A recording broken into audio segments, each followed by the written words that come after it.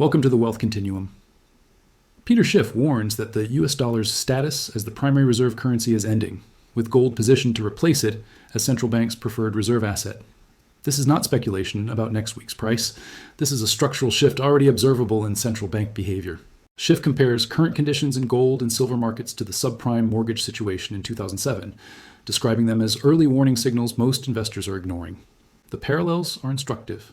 In 2007, credit default swap spreads widened months before the crisis became undeniable.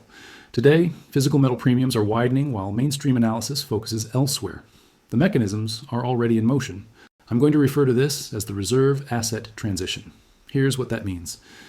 For the first time in modern monetary history, global central banks now hold more gold than U.S. Treasuries, with approximately 36,000 metric tons of gold, valued around $4.5 trillion compared to $3.5 trillion in Treasury holdings. This is not a temporary allocation adjustment. This represents a fundamental reassessment of what constitutes a reliable reserve asset. The transition describes the process by which central banks shift away from dollar-denominated debt instruments toward physical metal as their primary store of value. This phase can be measured by three indicators: relative allocation ratios, accumulation velocity, and settlement preference. Each indicator is moving in the same direction. The velocity of change has accelerated since 2022, when the freezing of Russian foreign exchange reserves demonstrated that dollar-denominated assets carry political risk alongside economic risk. Start with observable market developments. The US dollar index has declined over 10% in 2025, marking its worst annual performance in nearly a decade. This occurred despite relatively strong GDP data, indicating the decline is not purely economic, but structural. Currency weakness in the face of economic strength signals a confidence issue, not a growth issue. Silver prices have climbed over 153% year to date, while gold has gained more than 72%. These are not normal volatility ranges. Gold has traded above $4,170 per ounce, with silver surpassing $73. To contextualize these moves, silver's percentage gain exceeds that of major equity indices by a factor of 10. Central bank gold purchases have remained elevated throughout 2024 and into 2025. The shift in reserve composition accelerated after the U.S. froze Russian assets in 2022, prompting countries across the developing world to diversify reserves to reduce sanction risk and dollar dependency. China, India, Turkey, and Poland have been particularly active buyers. Meanwhile, U.S. national debt has exceeded $38 trillion, with interest payments on that debt now surpassing annual defense spending. This milestone passed with minimal media attention, yet represents a fundamental shift in fiscal capacity. When debt service exceeds defense, a government's spending flexibility narrows dramatically. Schiff argues the Federal Reserve has returned to quantitative easing in practice, even though officials deny it. The mechanism involves Treasury purchases that expand the monetary base while attempting to maintain the appearance of policy restraint. The technical label differs from previous QE programs, but the balance sheet expansion and its inflationary implications remain identical. COMEX silver inventories have also shown stress. Registered silver, the metal available for immediate delivery, has fluctuated near multi-year lows, even as open interest remains elevated. The ratio of paper claims to physical metal has widened, creating conditions where delivery requests could exceed available supply. These are reported figures, not forecasts. Each data point is verifiable through public records. Now consider what these conditions create.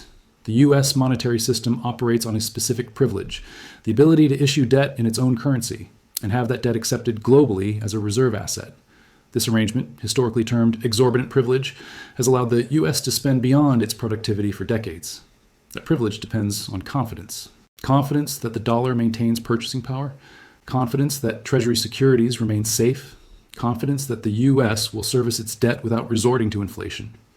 When central banks choose gold over Treasuries, they signal a reassessment of that confidence.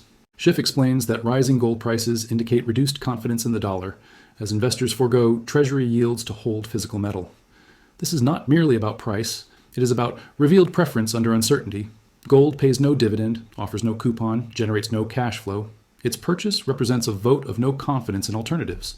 The pressure point is settlement trust. When foreign creditors hold dollar-denominated assets, they accept those assets based on the assumption they can be converted into real purchasing power.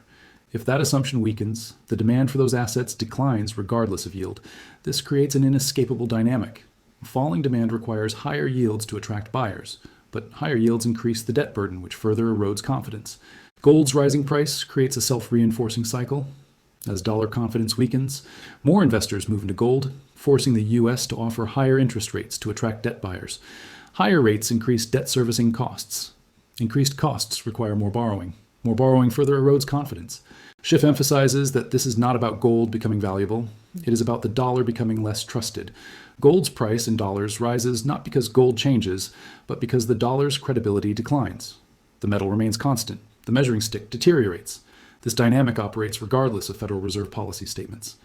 Even if officials claim to be fighting inflation through rate hikes, if the Treasury must simultaneously issue massive amounts of new debt, the net effect on dollar confidence can be negative. The mechanics are impersonal, not emotional. Markets respond to incentives and constraints, not intentions. Here's the sequence Schiff describes. If central banks continue shifting reserves from treasuries to gold, Treasury demand from the official sector declines. This forces the U.S. to rely more heavily on private sector buyers and domestic financial institutions. Private buyers include pension funds, insurance companies, and foreign private investors. If private buyers demand higher yields to absorb supply, interest costs rise. Interest payments already exceed defense spending at current debt levels.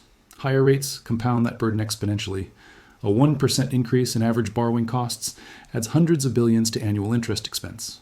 If debt servicing costs escalate, the government faces a choice: reduce spending or increase the monetary base to service obligations.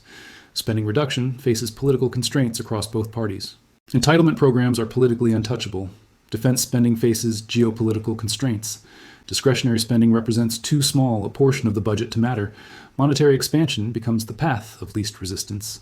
If the Fed expands the monetary base while foreign demand for treasuries declines, the dollar weakens against other currencies. A weaker dollar makes imports more expensive. For the U.S., which has outsourced manufacturing and relies on cheap imports for consumer goods, this transition proves particularly painful. If import costs rise while wages lag, purchasing power declines. This creates internal political pressure for policy responses that typically involve more spending, not less. Subsidies, stimulus payments, expanded unemployment benefits all require additional borrowing, which feeds back into the cycle. Now layer in the metals market specifically. Schiff argues that silver's technical breakout above $50 has established a new price floor, with the market now consolidating before another leg higher. The significance is not the specific price level. The significance is the shift in baseline expectations. When market participants recalibrate their assumptions about what constitutes normal for silver, derivatives must reprice accordingly. If baseline expectations shift, derivative markets must recalibrate. Options positioning changes. Futures curves adjust. Physical premiums relative to paper contracts widen. This widening creates arbitrage opportunities in theory, but those opportunities cannot be exploited if physical metal is unavailable at spot prices. Schiff also points to the behavior of mining companies. Despite higher metal prices, many silver miners have not expanded production significantly. This reflects both geological constraints and capital allocation decisions. The result is that supply remains relatively inelastic, even as prices rise, amplifying the impact of demand increases. The chain extends to industrial users. Silver has critical applications in solar panels, electronics, and medical equipment. Industrial buyers who previously relied on just-in-time inventory management are now forced to hold larger stockpiles due to supply uncertainty. This precautionary demand removes metal from the market, reducing the float available for investment and speculation. Schiff warns that gold and silver could pull the rug out from under the U.S. dollar and Treasury, while sending unemployment soaring. The mechanism: if confidence in dollar-denominated assets collapses, foreign capital exits. Capital exit forces asset prices down. Falling asset prices create wealth effects that reduce consumption and investment. Reduced consumption leads to layoffs. Layoffs reduce tax revenue and increase government outlays. Each link follows from the previous one. Each link is observable in market behavior. The chain reaction does not require conspiracy. It requires only incentives and constraints operating as they always have. Schiff stated that while 2025 was the breakout year for gold and silver, 2026 is when it gets real. The relevant time frame is not a calendar prediction. The relevant time frame is determined by debt rollover schedules and central bank rebalancing cycles. The U.S. Treasury must refinance trillions in maturing debt each year. This creates periodic pressure windows when demand must be confirmed. If demand proves insufficient at acceptable yields, the Fed must intervene or yields must rise. These rollover events are scheduled and predictable. What is not predictable is the appetite of buyers at each auction. Central banks typically rebalance reserves quarterly or semi-annually. Each rebalancing period creates an opportunity for allocation shifts to become visible in reported holdings. When China reports its gold reserves, when the European Central Bank publishes its balance sheet, when emerging market central banks file with the IMF, these disclosures reveal directional trends. Schiff suggests a dollar crisis could erupt suddenly, potentially during Asian trading hours, given that U.S. creditors in that region hold substantial dollar-denominated assets. The logic is straightforward. If Asian central banks or sovereign wealth funds decide to sell treasuries or refuse to roll over maturing holdings, that decision would occur during their business hours, when U.S. markets are closed. By the time U.S. markets open, the crisis would already be underway. This is not fear-mongering. This is time zone arithmetic. Major reserve allocation decisions are made in Beijing, Tokyo, and Singapore. Those decisions impact global markets, but the decision-making process operates on Asian schedules. The window to watch is the intersection of three factors: foreign reserve allocation decisions, Treasury auction demand metrics, and Fed balance sheet adjustments. When foreign reserve growth in gold accelerates while Treasury holdings decline, when auction bid to cover ratios weaken, when the Fed increases Treasury purchases, despite claims of tightening, these signals converge. None of these indicators is definitive alone. Together, they map the terrain. Treasury auction results are published immediately after each sale. The bid-to-cover ratio, the percentage awarded at the high yield, and the participation of primary dealers all provide insight into demand quality. Strong auctions show robust bidding and tight yield spreads. Weak auctions show reluctant participation and wider spreads. The window is not measured in days. It is measured in settlement cycles and policy decision points. The next debt ceiling negotiation. The next Federal Reserve meeting. The next major Treasury auction. Each event presents an opportunity for confidence to either stabilize or deteriorate further. There is one threshold the system cannot breach without fundamental change: failed Treasury auction. The U.S. has never failed to place its debt. Every auction has cleared. But clearing occurs at a price. The question is, at what yield does clearing become unsustainable? If yields rise to service existing debt, but those higher yields make new debt issuance more expensive, a feedback loop emerges. At some yield level, the interest burden itself becomes the primary driver of new borrowing. This is the debt spiral economists have warned about for decades. Schiff points to national debt exceeding $37 trillion as evidence of unsustainable fiscal policy, arguing these conditions merely postpone a larger inevitable crisis. The postponement mechanism involves Federal Reserve intervention, but that intervention carries consequences. When the Fed buys treasuries, it creates new currency units. Those currency units dilute the purchasing power of existing dollars. The line they cannot cross is the point where foreign creditors refuse treasury holdings at any politically acceptable yield. At that threshold, the only buyers are domestic banks and the Federal Reserve itself. Domestic banks face regulatory capital requirements that limit treasury accumulation. The Fed faces no such limits, but its purchases are transparent and their inflationary implications are understood. If the Fed becomes buyer of last resort for treasury debt, the fiction of central bank independence ends. Schiff acknowledges that Fed independence was always somewhat pretense, but warns of lasting consequences if Fed leadership is openly subordinated to presidential agenda.